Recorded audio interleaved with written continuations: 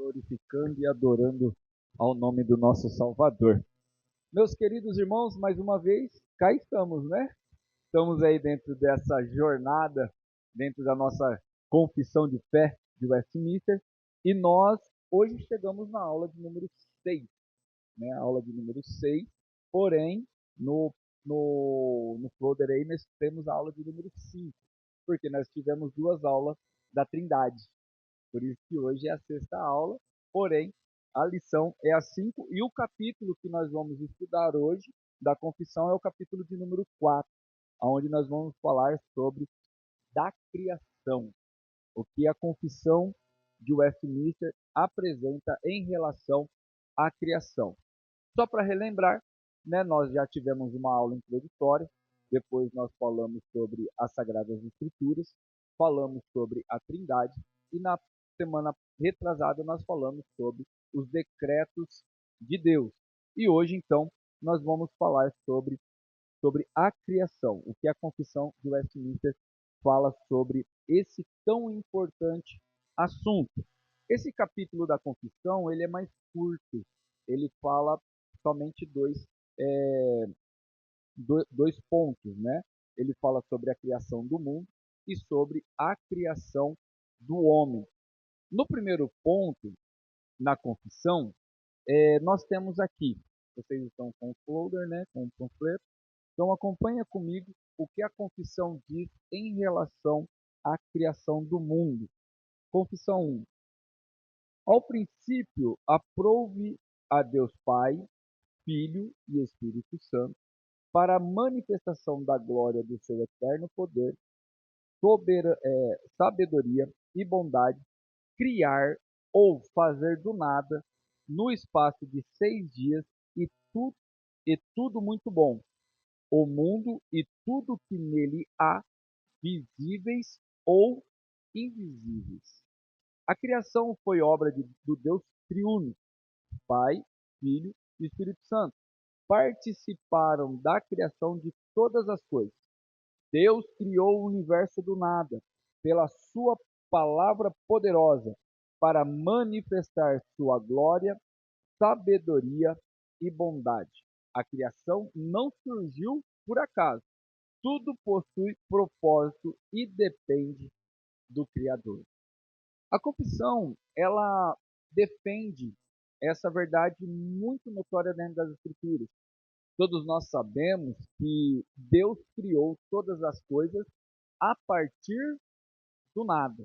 Até a palavra usada no original, que é a palavra bara, que é criar, ela traz esse sentido de fazer algo existir a partir do inexistente. É como se, por exemplo, eu não tenho um dedo ou não existe um dedo e de repente, pumba, aparece um dedo. A criação, segundo as Sagradas Escrituras, ela foi de uma forma pedagógica, porém, o seu início partiu a partir do nada. Isso nós vemos no próprio Gênesis, no livro do Gênesis, no capítulo de número 1, versículo número 1. No princípio criou Deus céus e terra. A palavra criar ali traz esse sentido.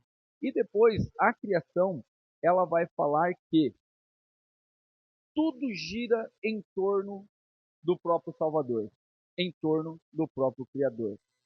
A palavra do Senhor, ela tem diversas passagens bíblicas, e dentro delas nós vamos ler algumas, que mostra que tanto o Pai, quanto o Filho, quanto o Espírito Santo sempre estiveram presentes nesse primeiro momento da criação, nesse primeiro start da criação.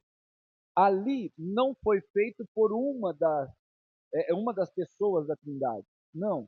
Ali, nesse ato criacionista, assim como nós somos, foi dado, a, foi, teve a participação do Deus triuno.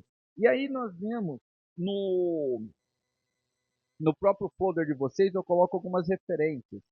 Gênesis 1:1 mostra, né, sobre a criação.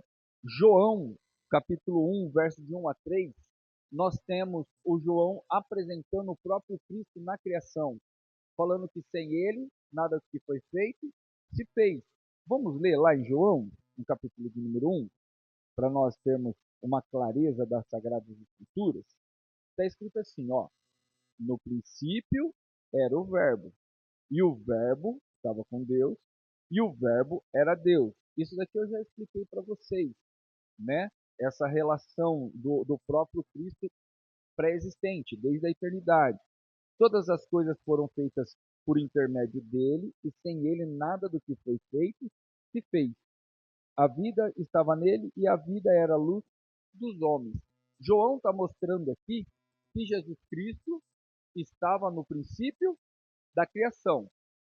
Quando você vai para Gênesis, capítulo de número 1, no verso de número 1 e 2, você vai ter uma informação aqui também.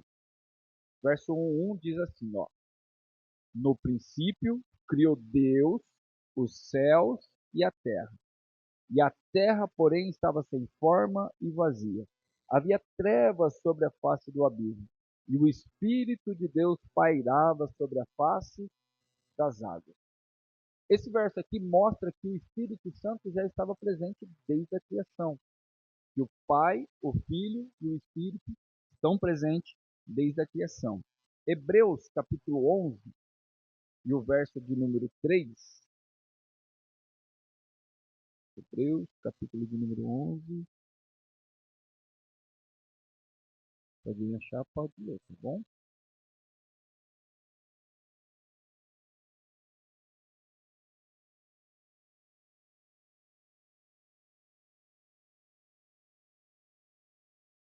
Notem que esse texto mostra que todas as coisas a partir do nada, o invisível tornou a ser visível a partir da criação. Então nós temos o Espírito presente, nós temos o Pai Todo-Poderoso presente e nós temos o Espírito Santo presente também dentro da criação, desde o princípio ali.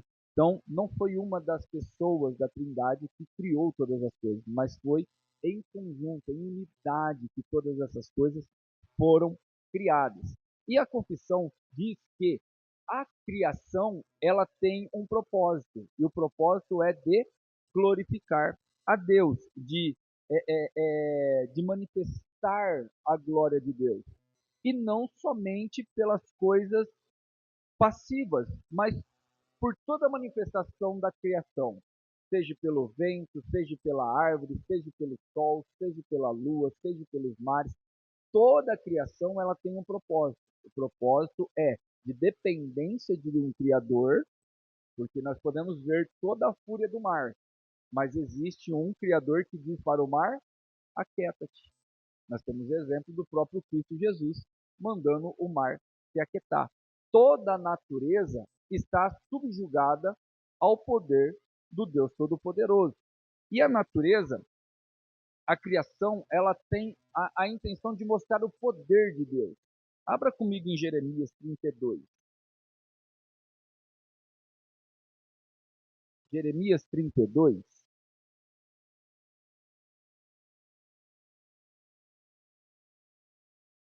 versículo de número 17.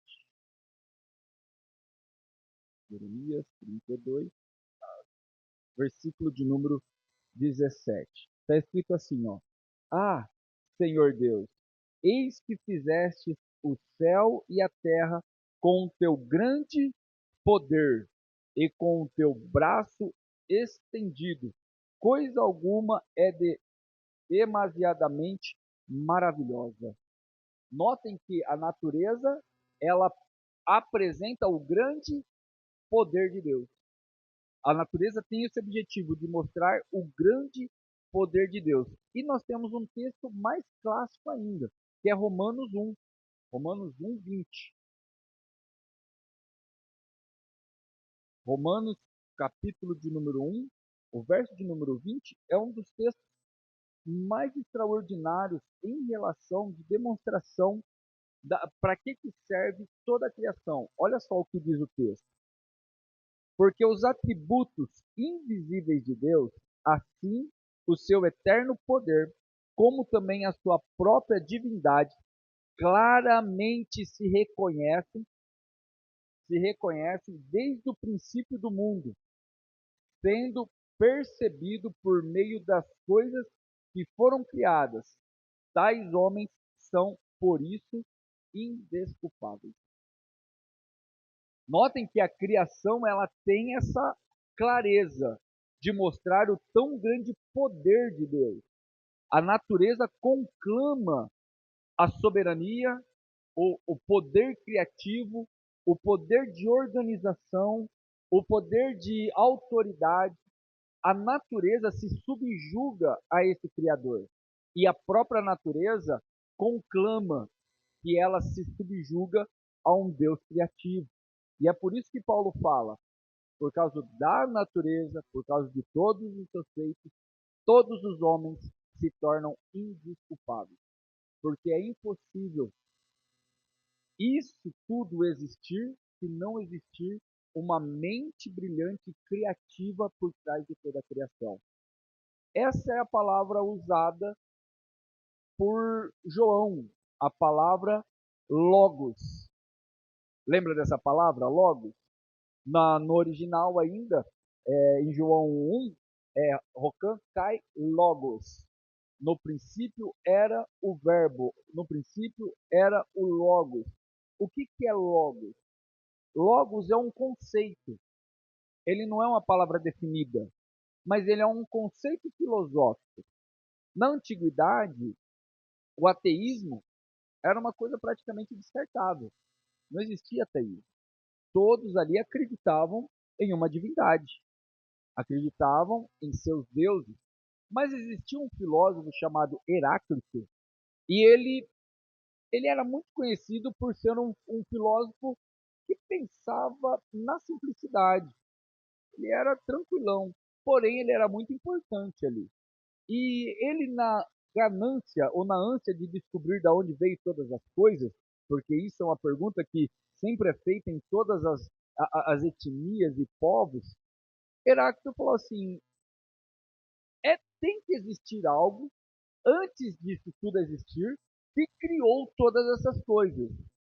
E por isso eu dou o nome desse ser de Logos. Logos é um conceito. Logos você pode ser um arquiteto, pode ser um logos, um juiz pode ser um logos, uma construção pode ser um logos, um construtor pode ser definido como logos. Então a palavra logos é um conceito que abrange alguém que está acima de algo. E é exatamente isso que João usa para descrever o início do seu evangelho. No princípio ele era o logos.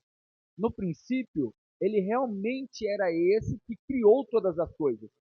Porém, esse que criou todas as coisas se encarnou e nós vimos a glória como unigênito do Pai. Então, desde a antiguidade, a natureza, ela conclama e mostra a força do nosso Salvador. A natureza mostra a inteligência do nosso Salvador. Abra lá em Salmo 104. Irmãos, eu vou pedir para os irmãos lerem para mim, porque eu não estou enxergando nada das minhas letras, eu esqueci meu óculos e estou engolindo, eu estou no síndrome do braço curto, aí eu vou para lá e venho para cá. Salmo 104, verso 24. Salmo 104, verso 24. E Provérbios 3, 19.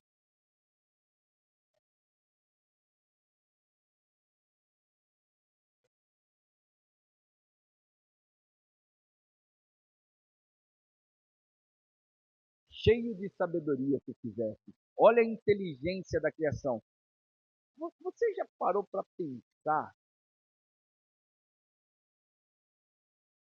como que é tecida uma simples flor? A complexidade que existe dentro de uma pétala de rosa, de uma abelha voando. Vocês já pararam para contemplar os grandes animais e os pequenos animais? É somente um ser extremamente inteligente para poder criar todas essas coisas. Isso daí veio a partir do nada por causa de uma mente inteligente através da criação. Diz, como ele chama? Tomás de Aquino. O nada não gera o nada. Porém, é necessário ter uma mente criativa para gerar algo. E a natureza mostra a inteligência do nosso Salvador. Provérbios 3,19. Alguém pode ler, por gentileza? Provérbios 3,19. Eu vou catando aqui também, que eu acho que eu leio.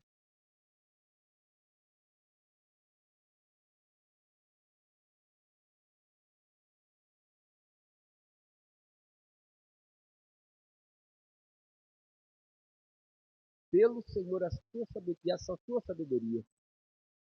Olha a natureza sendo estabelecida pela sua sabedoria. E notem que a sabedoria, ela é aluna ainda do nosso Criador. A sabedoria é aluna do nosso Salvador. A beleza mostra as obras do Criador. Salmo 27, 4 e Salmo 19, 1.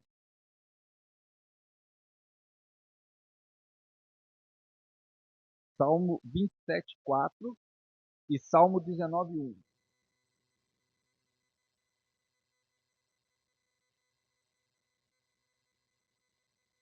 Uma coisa peço ao Senhor e a buscarei, que eu possa morar na casa do Senhor todos os dias da minha vida, para contemplar a beleza do Senhor e meditar no seu templo. O templo, a adoração, a casa, a comunhão, conclama a beleza da criação de Deus. Salmo 19, 1.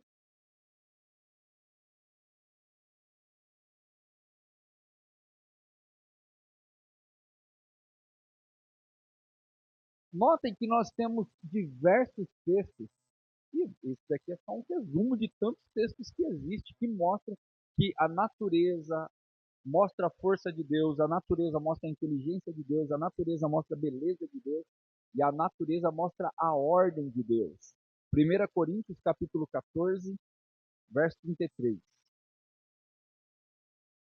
1 Coríntios capítulo 14, no verso de número 33.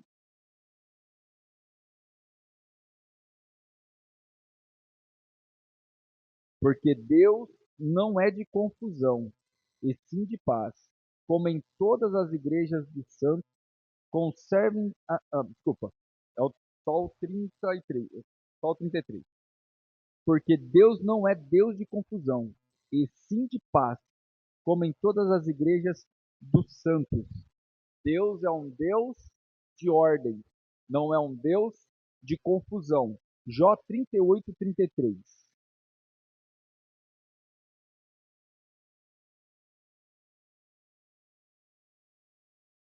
Jó 38, 33.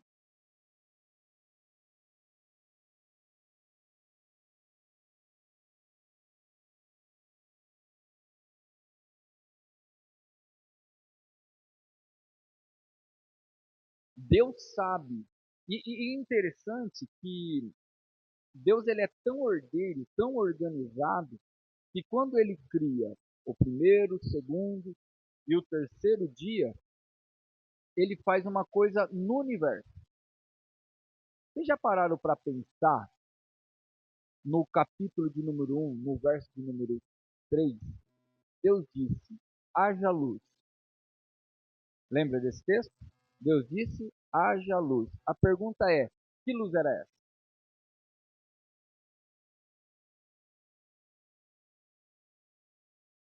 Talvez o sol não é porque ele criou no quarto dia. A manifestação não pode ser também por quê? Porque nós estamos falando de criação. E ele já tem a glória dele já existe. Ele disse: haja luz. E depois, no quarto dia, ele cria o cosmo. O que é cosmo? Organização. Todo o universo é organizado pela força do seu poder. Se o universo der um lapso de meio segundo, dá colisão. Tudo se colide, dá uma hecatombe, explode tudo. Então, todas as coisas funcionam na organização do Criador. E ele é tão organizado que ele conhece a cada estrela pelo seu nome.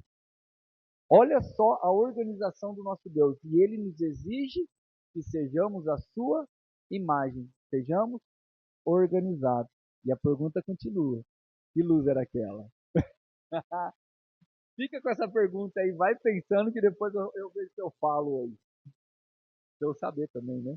Ah, bom, o universo, nós estamos entendendo aqui que o universo, ele mostra o poder de Deus, a sabedoria de Deus, a beleza de Deus, a ordem de Deus e a bondade de Deus. O universo conclama a bondade de Deus. Salmo de número 145, verso de número 9. Salmo 145, verso 9.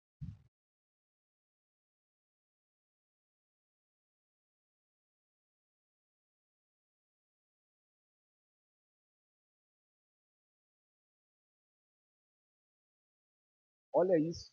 O Senhor é bom para todos. Não é só para o crente, mas é para o ímpio também. Eu e a irmã Elisa estávamos falando agora sobre a ingratidão do homem, né? Se está seco demais, reclamamos que está seco. Se está chovendo, reclamamos que está chovendo. Sabia que a murmuração é uma rebeldia contra Deus? Toda murmuração é uma rebeldia contra Deus. Não existe murmuração que não seja rebeldia contra Deus.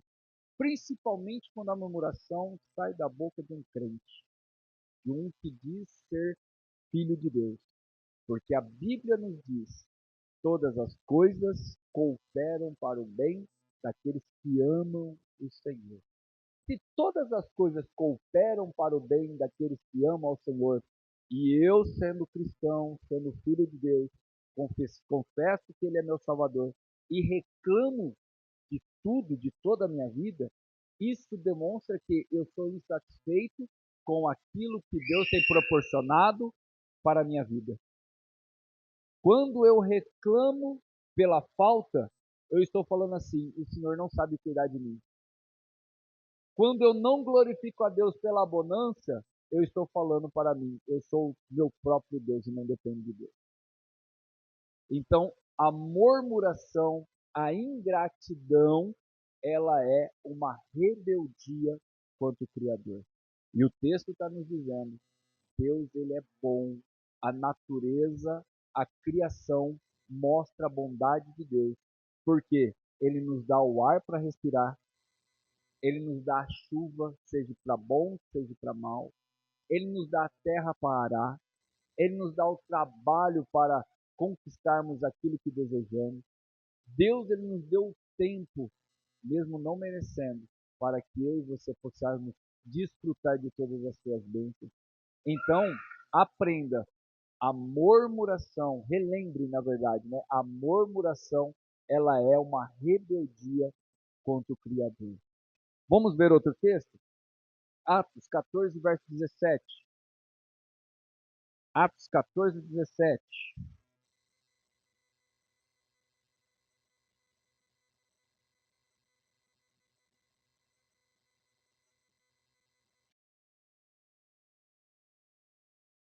Atos,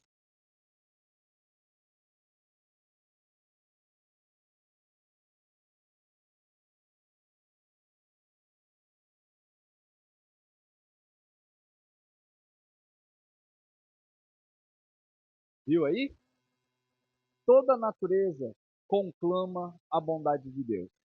Nesse sentido, nós entendemos aqui que a natureza, a criação, ela partiu do Deus triuno, ela partiu do Pai, do Filho e do Espírito Santo.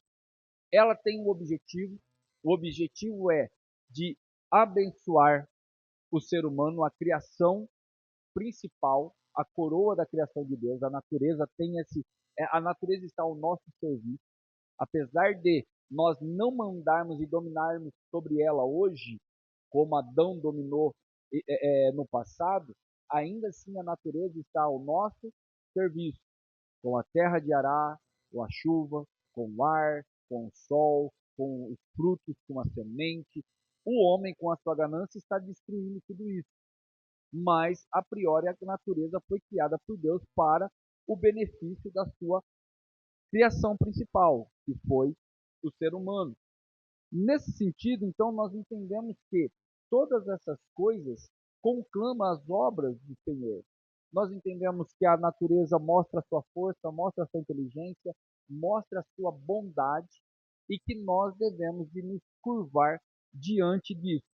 E na lição, eu coloquei no segundo tópico aí, a trindade na criação.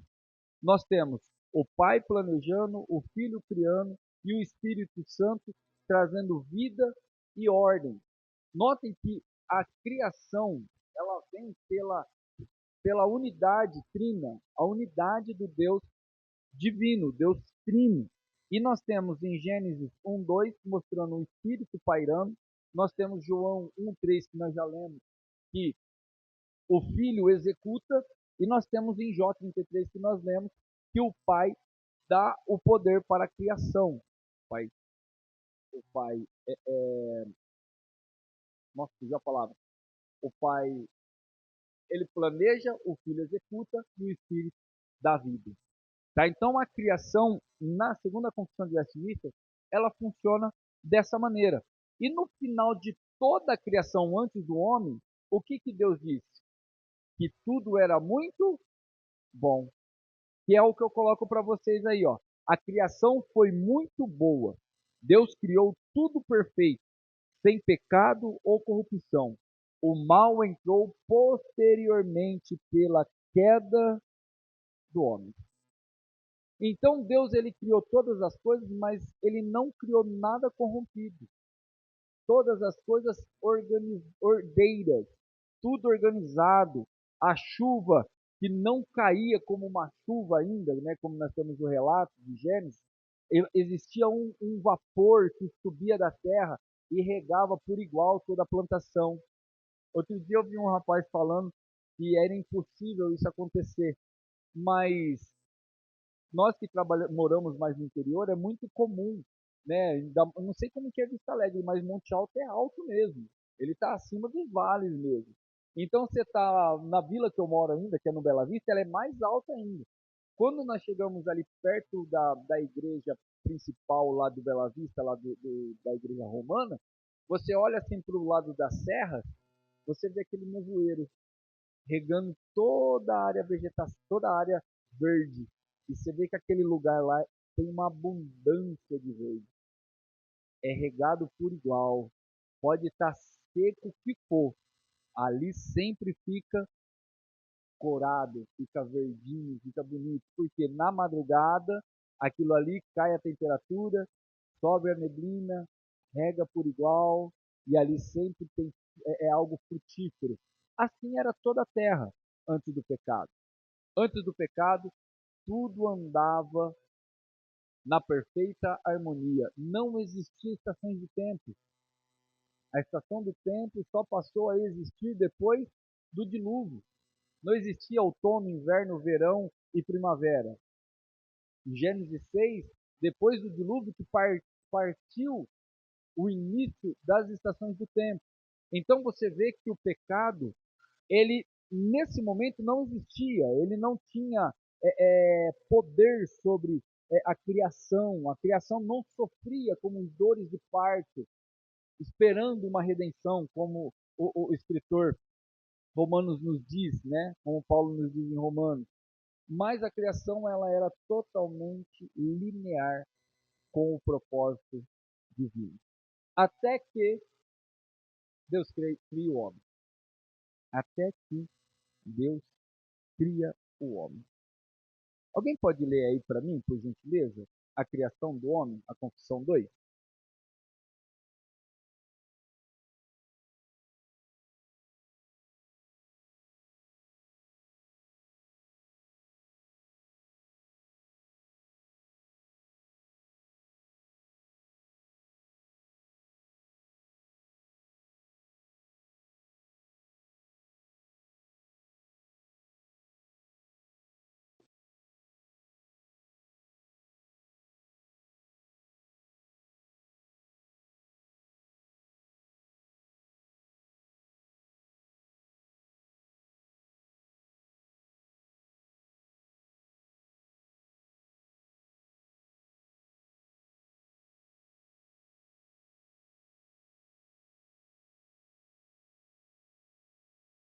Notem que a confissão ela é muito feliz em colocar essas observações. Primeiro, Deus criou o homem macho e fêmea. Eu acho que para nós criacionistas não temos dificuldade alguma em crer nisso. Que existe dois gêneros, macho e fêmea. Ponto. Macho e fêmea. O que passa disso daí é passivo de discussão. Mas para nós, chegou aqui, não tem discussão. O que passa na cabeça deles para lá do que está escrito, que se discutam. Mas para nós, não. Existe macho e fêmea, homem e mulher. Ponto. Então nós não temos dificuldade de defender isso e de guardar isso no nosso coração. E ele não cria o homem como um robô. Ele não criou o homem para ser um fantoche, uma marionete.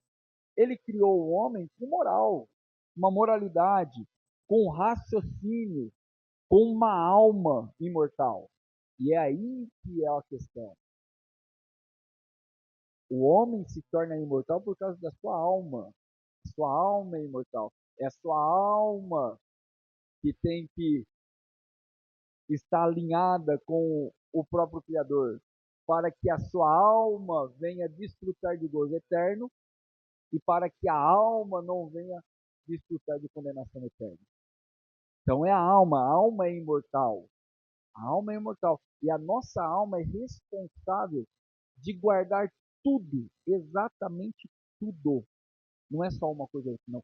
É exatamente tudo. Por isso que Jesus disse que todo homem dará conta das suas palavras. Toda palavra ociosa que sai da boca do homem darás conta. Sabe aquela ilustração até de brincadeira, né, que muitos fazem do telão que vai aparecer no dia do juízo final? É mais ou menos isso. Só que não vai aparecer para todos, claro que não. Também não sabemos, né, mas eu acredito que não. Mas todos é consciente dos seus atos. A alma ela é tão extraordinária que ela tem capacidade de te fazer lembrar de coisas da sua infância.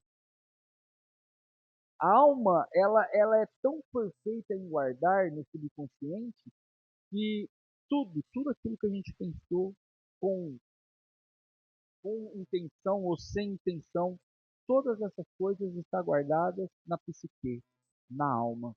E é ela que será responsável de nos apresentarmos diante do Criador, não pelas nossas boas ações, porque as nossas boas ações depois da queda estão corrompidas, mas pela graça, bondade do Senhor, nós nos apresentaremos diante de Deus pelo sacrifício de Cristo Jesus, porque a nossa alma lá no fundo diz: somos pecadores, estamos devendo, mas ela descansa nas obras de Cristo, porque a nossa intenção ela é má. E da onde herdamos isso? Da queda de Adão e Eva. Da queda de Adão e Eva, nós herdamos isso daí. Mas Deus ele cria Adão e Eva com inteligência, com moralidade e com poder de domínio, ao ponto de Adão dominar os peixes, dominar as aves do céu, dominar todos os animais silvestres. Não é isso que o texto de Gênesis nos diz? Que Adão ainda deu nome aos animais. Só dá nome àquele que tem domínio. Adão começou dando nome aos animais e terminou dando nome a Eva. Porque qual que era o nome de Eva antes da queda? Porque Eva só recebeu o nome de Eva a partir do capítulo de número 3. E ela se chamou Eva porque era mãe de todos os viventes. E como que chamava Eva então antes da queda? Já pararam para pensar nisso? São perguntas legais, né? Temos duas já hoje. Vai pensando aí, depois outro dia ela vai respondendo. Mas a ideia central aqui é de que Deus ele não criou o homem como um boneco, com uma potencialidade de queda. Não, Deus foi lá e criou Adão e Eva porque já manipulou ele para pecar. Não, Deus não fez isso. Deus não fez isso. Deus criou o homem e a mulher perfeitos, a sua imagem e a sua semelhança. A imagem e semelhança de Deus, Deus não tem pecado. A imago Dei, né? A imagem e semelhança de Deus. Porém, Deus, por não ter criado um boneco, deu também a opção de escolha. É aí que está. É a opção de escolha. Não é um empurrão para escolher, mas é a opção de escolha que Deus deu para Adão e Eva. De tudo comereis, só não pode comer de uma única árvore. Essa daí era a única coisa que Deus tinha falado para ele. Você não come isso daí. Deus criou o homem à sua imagem e à sua semelhança, que está na parte 2 aí para vocês. A sua imagem e a sua semelhança. Como que nós somos imagem e semelhança do Senhor? Na racionalidade, somos racionais. Nós somos ser moral, nós somos ser espiritual, nós somos ser relacionáveis, nós temos domínio sobre a criação, mesmo que não temos ainda como Adão e Eva, mas ainda assim nós temos domínio sobre a criação. Nós somos a imagem somos a imagem e semelhança do Senhor em poder criativo, apesar de nós não termos a ideia de criar algo do nada como Deus fez. Albert Einstein disse que é, todas as vezes que ele descobria alguma coisa, quando ele abria a caixa da descoberta, ele já via Deus ali. Porque ele não estava criando, ele só estava descobrindo. Porque todas as coisas já estão criadas. Mas ainda assim, eu e você temos essa tendência de querer criar alguma coisa. Ao ponto de nós vermos a internet sendo criada, máquinas, os irmãos trabalham com máquinas gigantescas aqui. Existia isso daí lá no passado? Não. Mas Deus deu potencialidade para o homem criar algo através da sua criação. Ele trabalhou em cima da criação. Isso daí é a palavra formar. Você forma algo a partir de. Deus não. Deus cria a partir do nada. O homem cria, forma a partir de algo. E é Deus que dá a sabedoria para o homem poder fazer todas essas coisas. O homem ainda assim, como imagem de Deus, ele tem condição hoje de conhecer a Deus. Só que antes da queda, ele tinha comunhão face a face com Deus. O homem, ele tem poder de amar o próximo, mas antes da queda, ele vivia em amor com o próprio Criador. O homem, ele tem o poder de obedecer a Deus, mas antes ele não tinha o pecado que o escravizava. Hoje, o homem tem o pecado que o escraviza. Nós, em Cristo Jesus, estamos libertos das amarras do pecado. Nós pecamos pela própria deliberidade do nosso coração. Desejamos, fomos seduzidos, pegamos, provamos, morremos. Notem que a representação de Deus na criação mostra a unidade entre Deus e o homem. E é por isso que a natureza hoje sofre dano por causa desse pecado. O pecado do ser humano foi tão devastador, que quebrou o propósito de vida eterna de comunhão com Deus. E o homem fez pelo seu próprio livre-arbítrio. Lembra que eu já tenho falado isso daqui para vocês esses dias? O homem teve um dia o livre-arbítrio. E ele decidiu desobedecer a Deus. O propósito, o homem foi criado com um propósito. A nossa identidade começa em Deus. A doutrina da criação influencia a nossa visão sobre dignidade humana, família, trabalho, valor da vida e sexualidade. O homem foi criado para ter uma vida plena e sossegada. Por isso que nós tememos a morte. Porque o homem foi criado para não morrer. Aí Deus disse: se comer, vai morrer. Já parou para pensar como que o homem se desespera por causa da sua vida? Jó, ele foi tentado.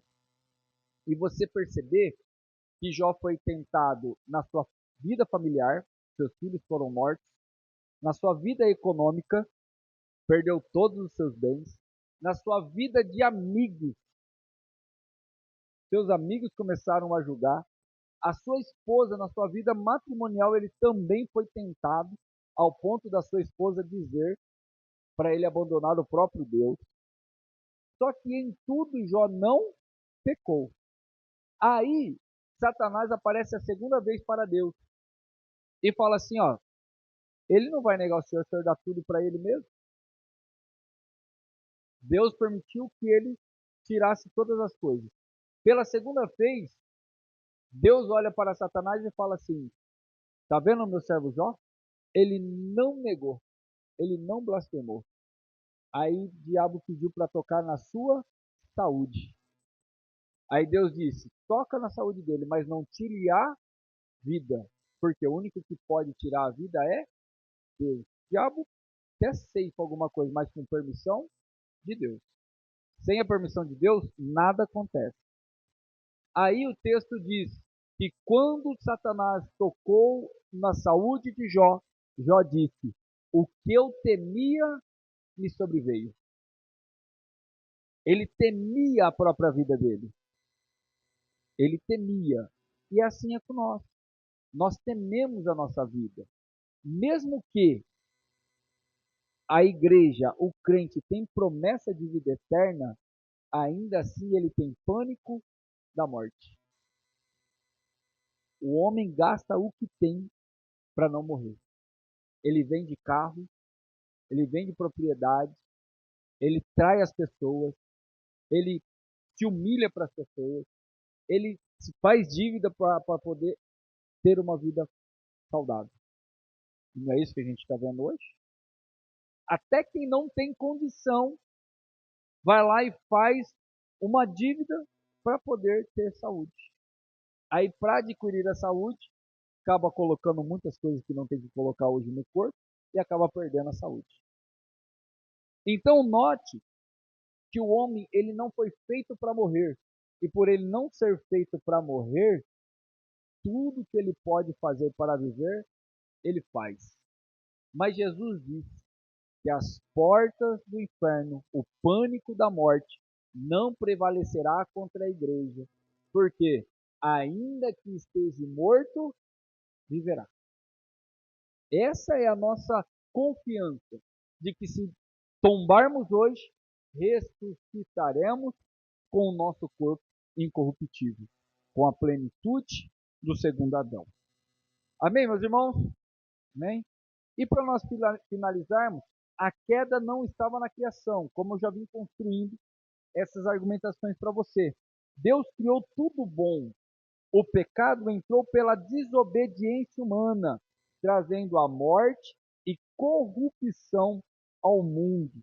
A queda trouxe morte, corrupção, separação de Deus, sofrimento, cansaço, fadiga, trouxe uma invasão de problemas dentro da terra. Os frutos começaram a ser amargosos. A natureza começou a produzir espinhos. O homem começou a se fadigar para trabalhar, porque o trabalho é bom, mas a consequência do pecado foi o cansaço. Deus, de alguma maneira, deu ao homem esse trabalho, essa fadiga no trabalho. Notem que a criação mostra um Deus criativo. O pecado mostra a desobediência do homem. E não tem como falar que não existe o pecado.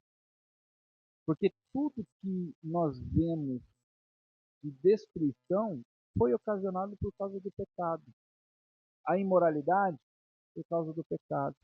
Os assassinatos, por causa do pecado. A imoralidade sexual, por causa do pecado. Estupro, roubo, corrupção, roubalheira, mentira, facções, tudo isso foi proveniente do pecado. E todas essas coisas só evidenciam cada vez mais as próprias Escrituras. Elas só evidenciam cada vez mais as próprias Escrituras. Dois princípios. A natureza evidencia um Criador. O pecado evidencia o juízo. São dois princípios. Para o cristianismo criacionista, não existe outras vias. Existe a natureza que evidencia o Criador e todos os homens estão indesculpáveis. De outro lado, nós temos o pecado que evidencia o juízo, aonde todos os homens serão julgados.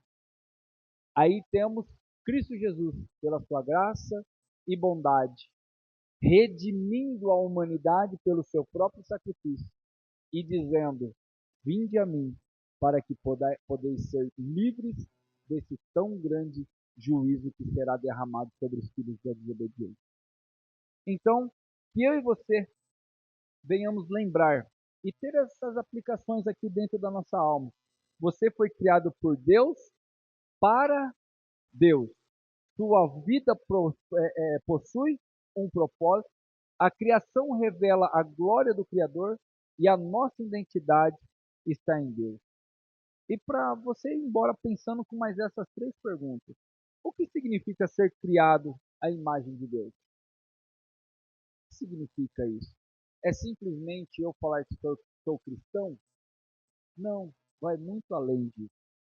Como a criação revela a glória de Deus? Com a sua própria, a sua própria beleza, a sua própria formosura, com o poder, com toda a autoridade. E como a doutrina, e como essa doutrina influencia a nossa visão de mundo. Eu não sei vocês, mas quando eu começo a contemplar a natureza, não tem como deixar de louvar o Senhor. Porque muitas das vezes a revelação de Deus vem através de você contemplar simplesmente a natureza do Senhor. Eu já tive insights de pensamentos olhando formiga caminhando, contemplando o trabalhinho delas. Ali, de repente, nossa, vem uma coisa assim na cabeça e você fala, puxa, tive um insight aqui, vou lá e escrevo alguma coisa. Porque você contempla a natureza e você tem conectividade com o Criador. Ele fala com você através das coisas pequenas. Não é isso que Isaías fala? Eu esperei a voz do Senhor no furacão e ele não estava. Num terremoto ali não estava. No trovão ali não estava. Mas de repente veio uma brisa suave e serena. Deus se revela para a sua criatura pela sua natureza. Então, a quarta doutrina da Confissão de Westminster tem o propósito de mostrar para os seus leitores que Deus ele é poderoso na criação e é soberano sobre a sua criatura. Amém, meus irmãos? Glória a Deus por isso. Vamos orar ao Senhor mais uma vez. Pedimos para que Ele possa nos levar em paz, possa nos dar uma noite de bênção e que nós possamos ter um olhar de gratidão ao Senhor pela sua criação. Louvarmos a Ele pela sua graça, por ter nos redimido, mesmo sendo falhos, e rogar ao Senhor para que Ele possa nos dar uma vida plena e sossegada nessa caminhada. Pedir para o nosso irmão Elias fazer essa oração.